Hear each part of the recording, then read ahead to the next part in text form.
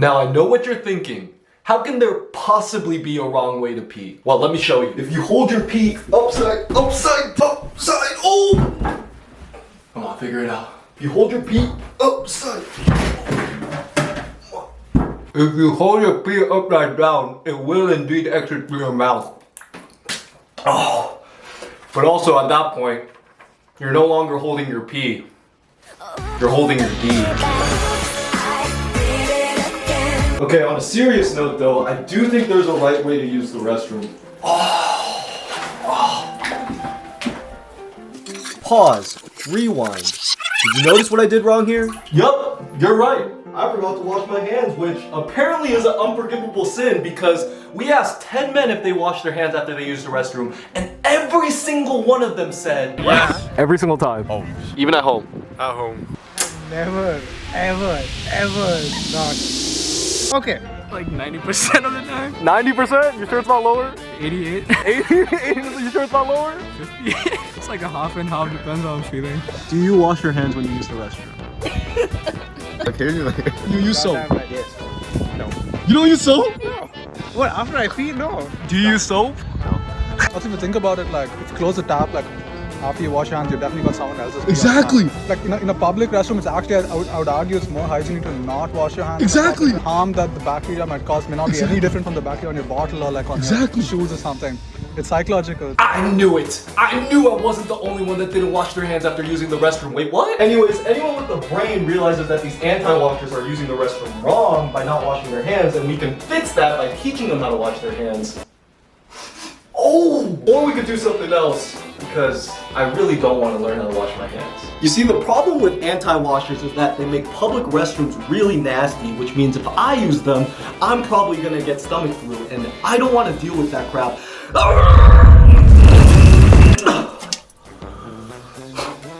But there's a simple way to deal with this that doesn't involve a mandate on anti-washers.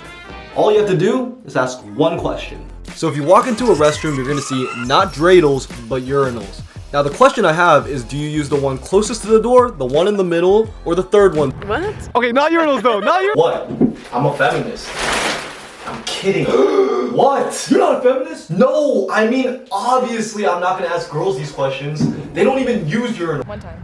You use the urinal ones? In those porta potties that they have, I was like, wouldn't it be kind of cool if I tried using the urinal? So I kind of just like... How was the aim? It was terrible.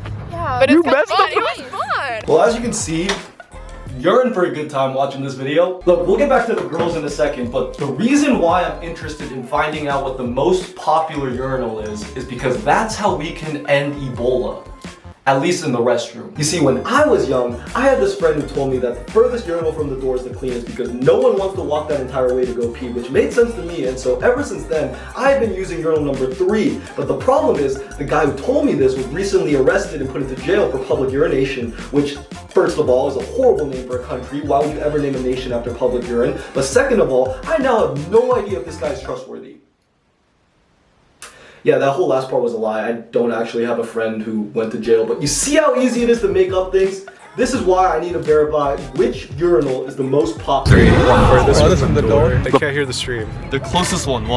First one. If I'm like, I need to go real quick, I'll go 1. If I'm too shy that day, I'll go 3. No! Stupid. Okay, so my friend was wrong. I've been using the wrong urinal my entire life, but so is this guy. Yeah, probably the second one. The second one? I really believe in balance. So like I like to like be geometrically kind of in the middle of 2 objects. It's like an OCD thing. Now hold on, before we go and roast this guy. Only a psychopath would use to. I'm sure there are other people that use the middle stall, but I've probably just never talked to them because I'm too shy to talk to such lovely and beautiful people. I go 2. Woman poop? Nah, they ain't beautiful no more. 2. Why 2? I don't know, I like going in the middle. That was crazy. Middle one. Second one, if you're walking late at night, you want to be in the middle of 2 people in case like someone comes from there. The first one's just usually dirty, and you go to the third one, it's like the wall is there. Like the next thing after it, someone could break in, but no one breaks in. Someone can break in through the wall? If you're next to someone and you need something like, like you just ask for, does that happen? Yeah, You guys do that? Yeah, if there's no toilet paper in your stall, or you're like, hey, do you have a pad? Women are so nice.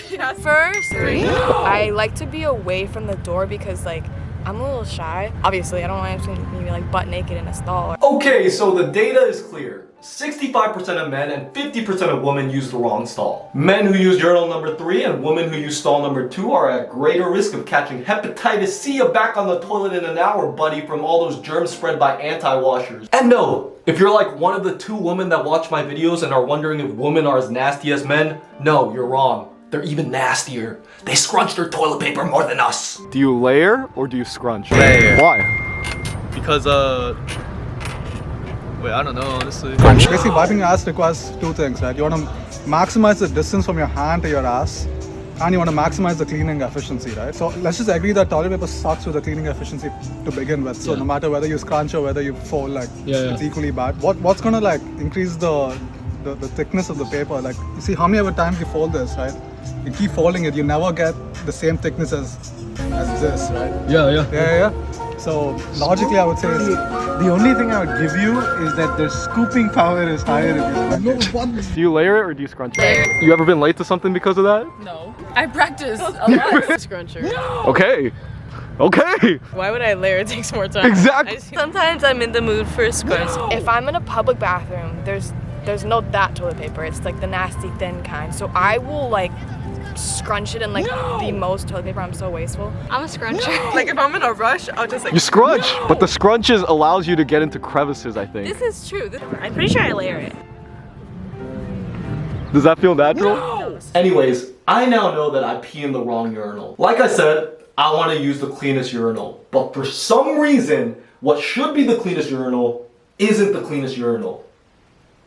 But why? This is actually a bigger topic that goes far beyond bathroom habits. You see, the question we should be asking is whether it's the third urinal, or trash indie music, or YouTube channels where people go around asking strangers how they wipe their butts. Why is it that things that aren't supposed to be popular end up super popular sometimes? I don't have that answer, but he does. But I can't understand him. This guy's name is Jonathan Tubal. His name's not famous because it refers to the amount of toilet bowls he needs when he goes poop sometimes, but rather he's famous because he created a research paper on something called the hipster paradox. The hipster paradox is this phenomenon that describes how hipsters, who are supposed to represent individuality, all end up looking the same. They wear fake glasses, they brew their own coffee, and they use a record player to play their music because apparently they're too good for Spotify, but at least they don't use Apple Music. Now, I wasn't kidding when I said I don't understand Mr. Tubal's paper because I am not smart, but I was kidding when I said I don't know what's going on. I think I know why the hipster paradox happens. See, back when I was an econ major, I learned about a supply and demand graph. This is not that, although it kind of looked like it and will somewhat act like it. Now let's start by labeling the x-axis popularity and the y-axis likability. Now let's create a red line that represents most people, aka sheep. Then let's create a blue line that represents hipsters. The blue line goes down because when something becomes popular, it is no longer likable to hipsters. The red line, however, goes up because the more popular something is, the more sheep like it. Now let's say the latest thing for hipsters to do is to listen to country music. Album of the year, by the way. Now because no one else listens to country music, at least here in SoCal, likability for hipsters is at a high because country music is not popular. But once hipsters quote unquote discover country music and start loving it because no one else listens to it, now you got a bunch of hipsters who do listen to country music, which makes it go up in popularity. This means the sheep start to like it too, which means some hipsters pull out of the market because it's too popular for them, but it doesn't matter because there are more sheep joining than there are hipsters pulling out, so the popularity keeps going up and up until you finally reach an equilibrium where no more hipsters are pulling out and no more sheep are joining, and this equilibrium, we call this the mainstream. That's why things that aren't supposed to be popular sometimes end up super duper popular. And also why I have to start washing my hands after using the third urinal. Or not. You see, the hipster paradox is so interesting because not only does it say that what is hipster might become mainstream at some point, but it also implies that what is mainstream might become hipster. For example, this means that if I believe that urinal 3 is the cleanest, but I also believe that everyone else will also believe urinal 3 is the cleanest, then I shouldn't use urinal 3. In fact, I can start playing some chess and start using what should have been the most popular urinal to begin with. Urinal 1. Yeah, no, we're not using these. How tall do you think I am? 5'10"? These are way too short. Anyways, I just wanted to make a video ranting about how every hipster is a fraud, but now that that's done, there's only one question left to ask. Do you wipe standing up sitting down. Wait, how would you do it sitting down? I stand up straight. What? Yeah, doesn't it like... People say sitting down? Who wipes sitting? Okay, here's my thing. I wear sleeves a lot. If I'm wiping sitting down, I am scared that something like, okay, even if I'm reaching behind, what if my sleeve gets pulled down? In India, we don't usually use toilet paper. We have like a jet spray. Oh, you have the bidet? Bidet, yeah. So Dude. if you stand up, it kind of just like misses the point. I mean, then it's a water fountain at that point. You can just drink it. Wait, okay, I actually have a question. Yes. There are no toilet papers near urinals, right? No. So men just don't wipe their dicks after? No. Okay. No, we No. shake. I hear the helicopter shake is also a thing. I don't know what that is.